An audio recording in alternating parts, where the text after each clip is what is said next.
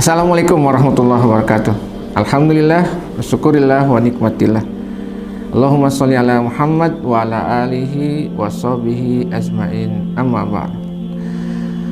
Ma'asyiral muslimin wal muslimat rahimakumullah. Pada suatu hari Rasulullah SAW bertanya pada para sahabatnya, "Tahukah engkau siapakah yang disebut dengan orang yang cerdas itu?" Lalu para sahabat mengatakan bahwa Allah dan Rasulullah yang tahu. Kita dulu waktu semasa kita masih kanak-kanak, ya, tidak kita pungkiri bahwa predikat orang cerdas, ketika kita mengasosiasikan siapakah orang yang cerdas itu, maka tidak sedikit di antara kita yang melekatkan predikat cerdas itu pada satu sosok yang menjadi tokoh nasional di negeri ini, yaitu Bapak B.J. Habibie. Ketika orang tua kita berpesan, "Dek, kamu belajar yang benar, sekolah yang benar, agar nanti pintar dan cerdas seperti Eyang Habibie. Ya.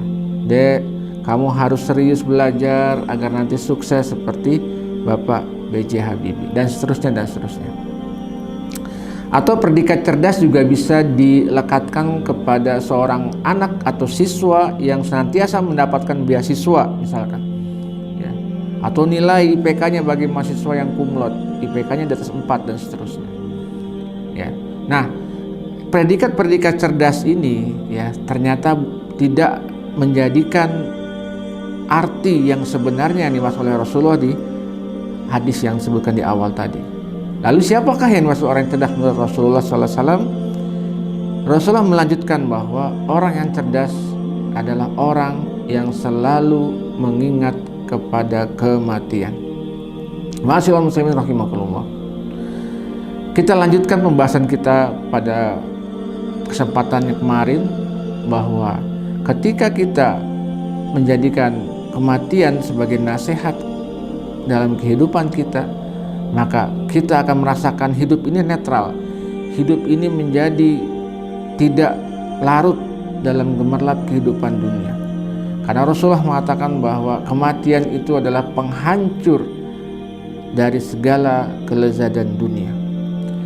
Kematian tidak berdasarkan nomor urut, bukan berdasarkan abjad. Karena kalau berdasarkan abjad, tentu nama-nama kita yang diawali huruf A akan lebih dulu dipanggil Allah dan seterusnya, dan yang berakhir diawali dengan huruf Z akan terakhir diambil oleh Allah Subhanahu wa taala. Ternyata tidak. Bukan berdasarkan umur, karena yang muda lebih dulu bisa, atau tua yang lebih dulu pun bisa. Bukan karena sakit, bukan juga karena berdasarkan suku atau negara atau agama dan sebagainya. Ya, tapi kematian itu datang ketika ajal telah tiba. Untuk itu, ma'asyiral muslimin wal muslimat rahimakumullah, ya, dengan kita bermuhasabah, ya, mengingat usia kita yang terus dari hari ke hari bukan semakin bertambah, tapi sesungguhnya semakin berkurang, ya, bahwa umur kita sesungguhnya dalam rangka menuju pada lubang alam barzah. Itulah fase kehidupan kita yang kedua. Untuk itu, marilah kita senantiasa menyiapkan diri, menyiapkan bekal yang terbaik di masa kehidupan kita. Kalau nanti ketika kita menghadapi Idul Fitri, maka salah satu budaya yang ada di Indonesia adalah budaya mudik atau pulang kampung. Ketika kita mudik, ketika kita pulang kampung, pasti di antara kita akan menyiapkan bekal yang terbaik. Baik itu pakaian, baik itu makanan, baik itu persiapan kesehatan, kecek kendaraan, perbekalan keuangan, memastikan semuanya sudah aman. Maka kita akan juga memberikan oleh-oleh dan seterusnya. Itu baru mudik kampung halaman kita. Kadang ketika kita sudah maksimal pun ada yang terlewat, ada yang terlupakan. Nah, bagaimana dengan perjalanan kita di yaumil akhir nanti. Satu perjalanan jauh lebih abadi, lebih panjang dibandingkan perjalanan mudik. Dan ini kita tidak bisa kembali lagi ke dunia. Ya, maka setiap detik, setiap menit ini menjadikan sebagai kesempatan bagi kita yang masih hidup untuk menjadikan bekal, memperbanyak amal soleh kita dan menghindari dosa-dosa kita. Karena ingat perbedaan manusia yang masih hidup dan manusia yang telah dipanggil oleh Allah Subhanahu wa taala, bahwa manusia yang masih hidup ada kemungkinan untuk bertambah pahala, namun juga ada kemungkinan untuk bertambah dosa. Bagi ahli mayit tentu tidak akan bertambah dosa, namun juga tidak akan bertambah pahalanya. Ya. Dan tidak bisa lagi mendapat kesempatan untuk bertobat kepadanya. Dan bagi kita yang masih hidup, Allah masih beri kesempatan kita.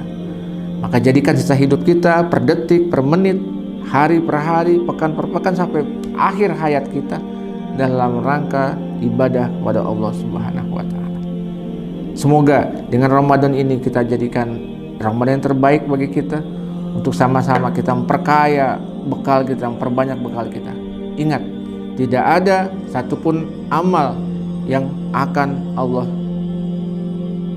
lalaikan, dan tidak ada dosa pun yang akan Allah tinggalkan. Faman ya'mal dzaqatul khairan yarah, faman ya'mal misqala dzarratin syarra yarah. Sedikit, ya, sebesar biji zarah pun akan Allah catat, baik itu kebaikan maupun kejahatan. Demikian yang bisa kami sampaikan, lebih kurang saya mohon maaf. Usikum wa nafsi bitaqwallah. Bil taufiq wa hidayah. Assalamualaikum warahmatullahi wabarakatuh.